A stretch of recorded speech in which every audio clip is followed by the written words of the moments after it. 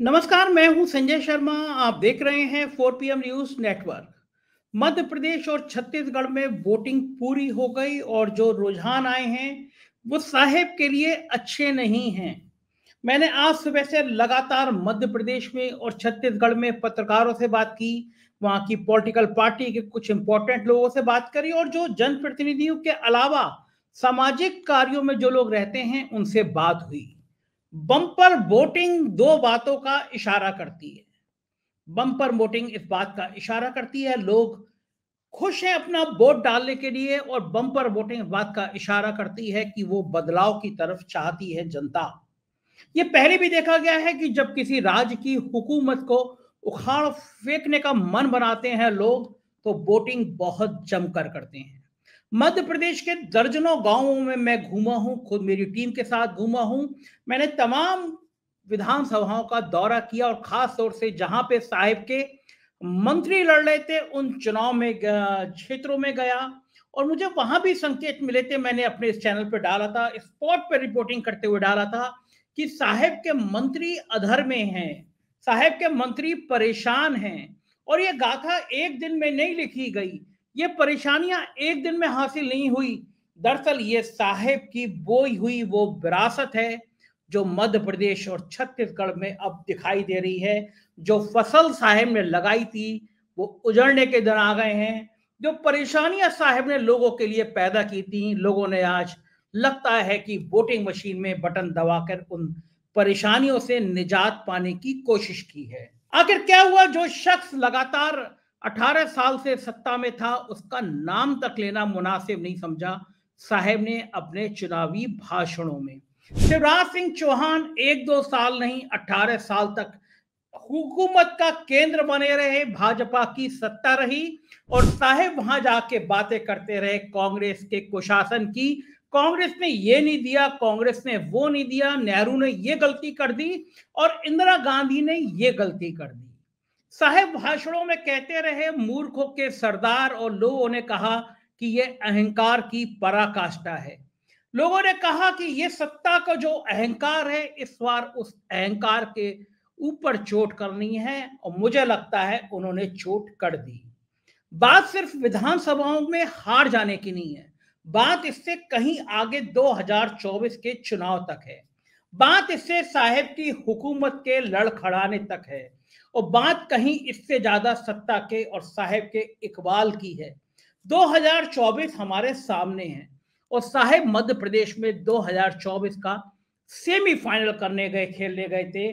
छत्तीसगढ़ में भी पूरी जान लगाई, राजस्थान में जान लगा रहे हैं, लेकिन साहेब अपने विकास कार्यों की जान नहीं लगा रहे हैं। मैं मध्य प्रदेश में दौरा कर रहा था तो मुझे जगह जगह बोर्ड लगे नजर आए।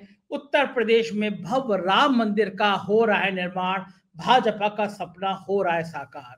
मुझसे लोगों ने कहा कि राम मंदिर भारतीय जनता पार्टी का कब से हो गया, और मुझे बड़े बुद्धिजीवी लोगों ने वहां पे कहा कि हमें एएनआई को प्रधानमंत्री का दिया गया वो इंटरव्यू आज तक याद है। जब एएनआई में सवाल किया गया था प्रधानमंत्री जी से कि आप संसद में कानून लाकर राम मंदिर का निर्माण क्यों नहीं करा देते, तो प्रधानमंत्री ने कहा मंदिर बनाना सरकार का काम नहीं है, संसद का काम नहीं है, इसके लिए अदालत का फैसला हमें स्वीकार होगा। तो क्या कारण है कि जो अदालत के आदेश पर राम मंदिर बन रहा है, विकास के अपने सारे काम छोड़कर प्रधानमंत्री उस राम मंदिर को ही अपना ब्रांड बना रहे हैं।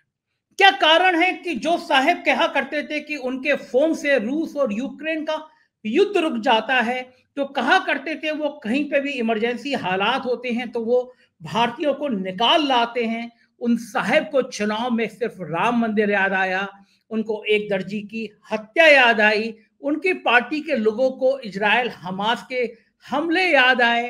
कहीं पर भी वो जिक्र नहीं था कि साहेब किस तरह दुनिया का नेतृत्व कर रहे हैं, किस तरह हमारी इकोनॉमी बहुत आगे चल रही है। ऐसी बातें साहेब ने नहीं करी, और पूरे चुनाव में साहेब ने अपनी उस ब्रांड को कहीं जिक्र नहीं किया जिस ब्रांड के लिए साहेब बड़ा इतराया करते थे। मैं कह सकता हूं कि आप भूल गए होंगे शायद, लेकिन जनता के लोगों को दर्द याद है जिस दिन नोटबंदी हुई थी। पूरा चुनाव बीत जाता है, नोटबंदी का जिक्र नहीं आता और भारत की अर्थव्यवस्था को तबाह करने, भारत के मध्यम वर्ग को बर्बाद करने में जितना नोटबंदी और जीएसटी का हाथ है, उतना शायद किसी और योजना का हाथ नहीं है। साहब को बड़ा गुमान था कि वो मध्य प्रदेश और छत्तीसगढ़ जैसे चुनाव अपने दम पर, अपने चेहरे पर निकाल सकते हैं। साहब को गुमान था कि जब उनका चेहरा सामने आता है तो पॉलिटिकल पार्टियां पीछे हट जाती हैं, उनका चेहरा चुनाव जिताने के लिए काफी होता है। और हकीकत भी ये रही है, 2014 से 2022 तक के चुनावों में साहब का चेहरा बड़ा कामगार था। प्रधानी के चुनाव हो, विधानसभा के चुनाव हो, जिला पंचायत के चुनाव हो, साहब के चेहरे का जादू चमकता रहता था। साहब इस जादू तक, सत्ता तक पहुंचते रहते थे। लेकिन अब समझ आ गया है, इस जादू भरे चेहरे के पीछे की बातें अब लोगों को समझ आ गई हैं। अब लोगों को याद आने लगा है कि साहब चुनावी जुमले बोलने में बहुत व्यस्त रहते हैं और साहब सिर्फ और सिर्फ चुनावी जुमले ही बोलते हैं। लोगों को याद आ गया कि 2014 से पहले 15 लाख रुपए जो खाते में डालने की बात हुई थी, वो हवा हवाई हो गई। 2014 से पहले कहा गया था कि 2022 तक अगर सत्ता में आएंगे तो हर व्यक्ति के सिर पर छत होगी। वो छत कहां चली गई किसी को पता नहीं। 2 करोड़ नौकरियां देने के बदले साहब पकौड़े बनाने को लेकर रोजगार देने की बात करने लगे। तो जाहिर है कि जनता को भी समझ आता है कि अगर ये सारी बातें बेमानी हैं तो फिर हमारा वोट भी अब क्या मायने रखता है। मैंने मध्य प्रदेश के चुनाव में जब जाके देखा, गांव में गया, तो जो उत्तर प्रदेश के हालात हैं, जो राजस्थान के हालात हैं, वही हालात मध्य प्रदेश के हैं। साहब ने सिलेंडर बांटा, फ्री में सिलेंडर बांटा, लेकिन लोग दोबारा उस सिलेंडर को भरवा नहीं पाए। महंगाई ने कमर तोड़ दी है, चाहे मध्यम वर्गीय परिवार हो या गरीब परिवार हो। मैं जो केंद्रीय मंत्री हैं उनके इलाकों में भी घूमा, बहुत बुरा हाल था। और गरीबी एक ऐसा श्राप है, गरीबी एक ऐसा अभिशाप है जिससे साहब दूर करने की कोई कोशिश नहीं कर सके। आरोप लगता रहा, उन्हें अपनी पूंजीपति मित्र याद रहते हैं, गरीब याद नहीं रहते। अदम गोंडबी की एक कविता है, मुझे याद आ रही है, कुछ पंक्तियां हैं जो मुझे बहुत अच्छी लगती हैं। मैंने सोचा वो आपके साथ भी शेयर करूं। कविता है, वो घर में ठंडे चूल्हे पर अगर खाली पतीली है, घर में ठंडे चूल्हे पर अगर खाली पतीली है, बताओ कैसे लिख दूं धूप फाल्गुन की नशीली है। भटकती है हमारे गांवों में गूंगी भिकारें सी, भटकती है हमारे गांवों में गूंगी भिकारें सी, सुबह से फरवरी बीमार पत्नी से भी पीली है। बगावत के कमल खिलते हैं दिल की सूखी दरिया में, बगावत के कमल खिलते हैं दिल की सूखी दरिया में, मैं जब भी देखता हूं आंख बच्चों की पनीली है। सुलगते जिस्म की गर्मी का फिर एहसास वो कैसे, सुलगते जिस्म की गर्मी का फिर एहसास वो कैसे, मोहब्बत की कहानी अब जली माचिस की तीली है। हकीकत है ये, बगावत करने का मन करता है जब व्यवस्थाओं को देखते हैं लोग, जब देखते हैं लोग कि गरीब गरीब होता जा रहा है, अमीर अमीर होता जा रहा है, तो बगावत करने का मन करता है। और साहब ये दर्द मध्य प्रदेश में, छत्तीसगढ़ में, राजस्थान में महसूस नहीं कर पाए। साहब इसी गुमान में कि मेरा चेहरा सबसे बड़ा चेहरा है, चुनाव में चले गए। उन्होंने गुमान में शिवराज सिंह चौहान पे मंच की तरफ मुड़कर नहीं देखा। उनको याद आ गया ये वो शिवराज सिंह चौहान है जो एक दौर में उनसे बराबरी किया करते थे। और शिवराज सिंह चौहान को ये याद नहीं रहा कि साहब भूलते नहीं हैं, और जो उनके बराबर आने की कोशिश करता है तो साहब उनको बहुत अच्छी तरह से निपटा सकते हैं। चुनाव शुरू हुआ, शिवराज की योजना, लाडली बहन योजना या लाडली, इस तरह की जितनी योजनाएं थी, साहब ने उनका नाम नहीं लिया, सिर्फ अपना चेहरा, अपनी योजनाएं गिनाते रहे। लेकिन बाद में जब साहब को एहसास हुआ, जब साहब के पास इंटेलिजेंस की रिपोर्ट आई, तो साहब को लगा इलेक्शन डूब रहा है और चेहरा वो हैं तो बलि का बकरा वो बनेंगे, लोग उनको कहेंगे। तो फिर धीरे धीरे शिवराज सिंह चौहान का नाम लेना शुरू किया और शिवराज सिंह चौहान की योजनाएं गिनाने लगे। लेकिन तब तक देर हो चुकी थी। क्या कहा जाता है, वो कहावत है ना, भैंस गई पानी में। तब तक मध्य प्रदेश में देर हो चुकी थी और अब 2024 का चुनाव सिर पर है। साहब के लिए परेशानी भरी बात यह है कि अगर मध्य प्रदेश, छत्तीसगढ़ और राजस्थान में सत्ता हाथ से चली गई तो 2024 भी दूर हो जाएगा। क्या वास्तव में ऐसा होगा? क्योंकि मध्य प्रदेश में एक सीट छोड़ दे, सारी सीटें भारतीय जनता पार्टी ने जीती थी। राजस्थान की सारी सीटें जीती थी। मध्य प्रदेश में हालात खराब है। मध्य प्रदेश में 4PM के स्थानीय संपादक हैं संजीव श्रीवास्तव जी। उन्होंने मुझे कुछ खास खास बातें बताई हैं। आप भी सुनिए उनका क्या मानना है मध्य प्रदेश की राजनीति को लेकर। मध्य प्रदेश विधानसभा के चुनाव में इस बार वोट का जो प्रतिशत है सर्वाधिक होने की संभावनाएं अभी भी बनी हुई हैं। हमें जो 17 नवंबर की देर शाम तक आंकड़ा मिल पाया था वो 73% के आंकड़े को छू रहा था और ये बतलाया जा रहा था, चुनाव आयोग के सोर्स बता रहे थे कि कई सारे स्थान ऐसे हैं जहां से अभी वोट का परसेंट आना बाकी है।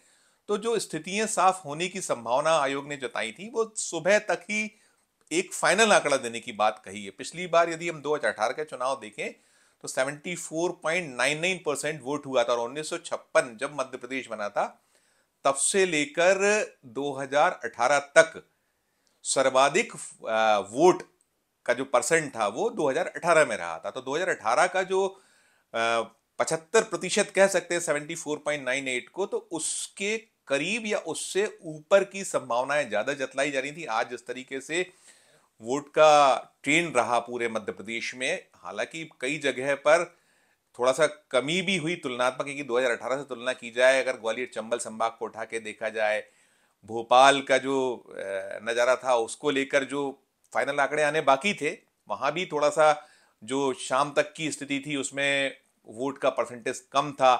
तो जो मिला जुला स्थितियां रही हैं, इन सब के बाद जो दृश्य बनता दिखता है, दृश्य यही संकेत दे रहा है कि ये बहुत सारा वोट जो है, वोट सत्ता के विरोध की बातें ज्यादा हुई, क्योंकि हम जो मध्य प्रदेश को नापते रहे, लगातार बात करते रहे, उन सब में जो वोटर था, वोटर का मूड बदलाव पर ज्यादा फोकस था। और जो जितने आंतरिक सर्वे चुनाव के पार्टी करा रही थी, चाहे वो बीजेपी हो या प्रतिपक्ष कांग्रेस हो, और साथ साथ जो चुनावी सर्वे भी आ रहे थे या जो ओपिनियन पोल्स थे, वो भी कहीं ना कहीं भाजपा की हालत थोड़ी सी कठिनाई भरी, खस्ता हालत बता रहे थे। पूरी कोशिश बीजेपी ने, पूरा चुनाव मध्य प्रदेश का यदि इर्द गिर्द रहा तो नरेंद्र मोदी, अमित शाह, प्रधानमंत्री ने ताबड़तोड़ सभाएं पूरे चुनाव में इस बार, जब से प्रचार ने जोर पकड़ा था, 1.5 दर्जन के लगभग सभाएं की, रोड शो किया। और इन सब के बावजूद जो मुद्दा आधारित मसले जो उठ रहे थे, मुद्दों की बात जो वोटर कर रहा था या प्रतिपक्ष कांग्रेस कर रहा था, उससे इतर थे प्रधानमंत्री जी। वो दीगर बातें ज्यादा कर रहे थे। और कुछ बार जो आखिरी आखिरी का वक्त तो ये भी रहा कि उन्होंने संकेतों में राहुल गांधी को मूर्खों का सरदार बताया, जो लोगों को ठीक नहीं लग पाया। तो ये तो ठीक है एक बात। ओवरऑल जो स्थिति बनी है आज की भी, जो जब वोट का डाले जा रहे थे और जो कल देर शाम से और उसके पहले से भी आचार संहिता के उल्लंघन के आरोप लग रहे थे, सत्तारूढ़ दल बीजेपी पे बहुत बड़ी तादाद में शिकायतें हुई। और इसके अलावा, शिकायतों के अलावा, जो आज का भी दृश्य रहा, आज भी दृश्य में हिंसा की घटनाएं काफी सारी हुई और उन क्षेत्रों से हिंसा की सूचनाएं ज्यादा आई जहां हैवी वेट लीडरान लड़ रहे थे। जैसे ग्वालियर चंबल संभाग में हिंसा होती रही, लेकिन इस बार कुछ जो घटनाक्रम रहे हैं, ये हिंसा बहुत पहले होती थी, 2 दशक पहले, 2.5 दशक पहले ज्यादा होती थी, वो दृश्य दिखे। फिर इसके अलावा टीकम छतरपुर के राजनगर सीट पर एक हत्या की सूचना आई, वहां मर्डर हुआ और वो केस दर्ज किया है। वहां पुलिस ने एफआईआर लॉन्च की है। जो प्रत्याशी थे बीजेपी के, उनके खिलाफ 302, 307 का मुकदमा कायम किया गया है। 20 लोगों को नामजद आरोपी बनाया गया है। तो जो निकल कर आ रहा है वो, उसमें एक ही चीज को कहा जा रहा है कि लाडली बहना स्कीम चली इसलिए वोटर बहुत निकला।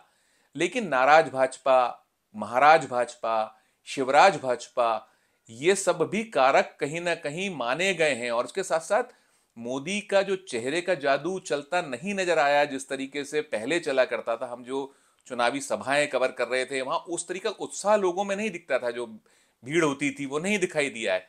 तो करवट जो ऊंट के बैठने की संभावनाएं हैं, ऊंट किस करवट बैठेगा जो बड़ा प्रश्न है, ये तो 3 दिसंबर को पूरी तरह से साफ होगा।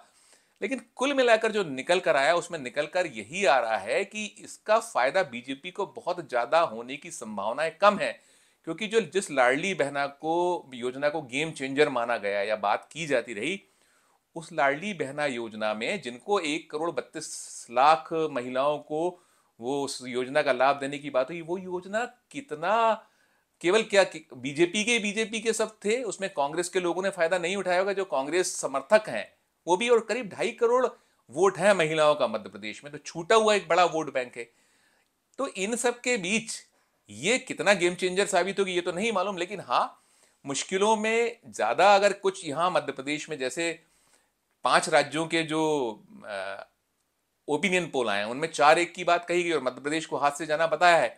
मध्य प्रदेश यदि हाथ से चला जा रहा है तो ये ना केवल बीजेपी बल्कि मोदी और अमित शाह के लिए बड़ी संकट पैदा करने वाला होगा। मध्य प्रदेश में लोकसभा के 2019 के चुनाव में जब बीजेपी यहां सत्ता खो बैठी थी, चौथी बार नहीं जीत पाई थी, तो उसके बाद 29 में से 28 सीटें उसने जीत ली थी।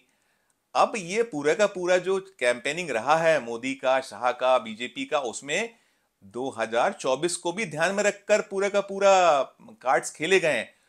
तो यदि यहां पर मध्य प्रदेश हार जाते हैं, छत्तीसगढ़ हारना सुनिश्चित माना जा रहा है, तेलंगाना में बीजेपी की कहीं से कहीं तक बिसाती नहीं है, मिजोरम उसके हाथों से निकल चुका है, 3 तो जा ही रहे हैं, सिर्फ उसको उम्मीद राजस्थान में कुछ एज बताई गई है, तो राजस्थान और मध्य प्रदेश पर बचा हुआ है।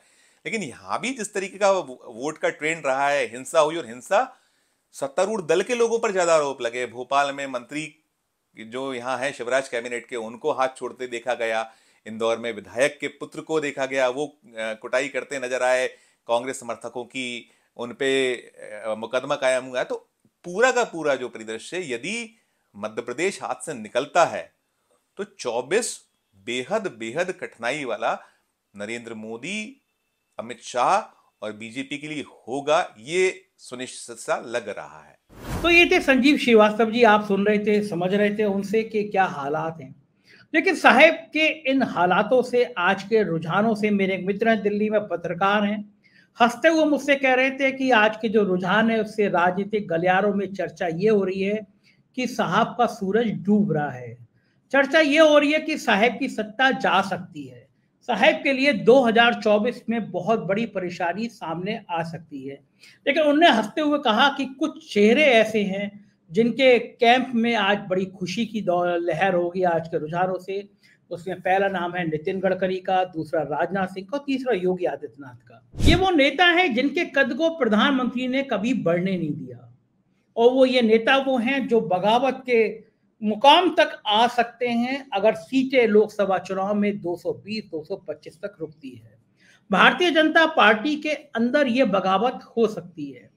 प्रधानमंत्री नरेंद्र मोदी ने जिस तरह उत्तर प्रदेश के योगी आदित्यनाथ को दबाने की कोशिश करी, जिस तरह नितिन गडकरी के भ्रष्टाचार की कहानियां मार्केट में आती रहीं, जिस तरह राजनाथ सिंह जहर का घूंट पी के खामोश रहे, उससे एक नई कहानी राजनीति की और पैदा होती है।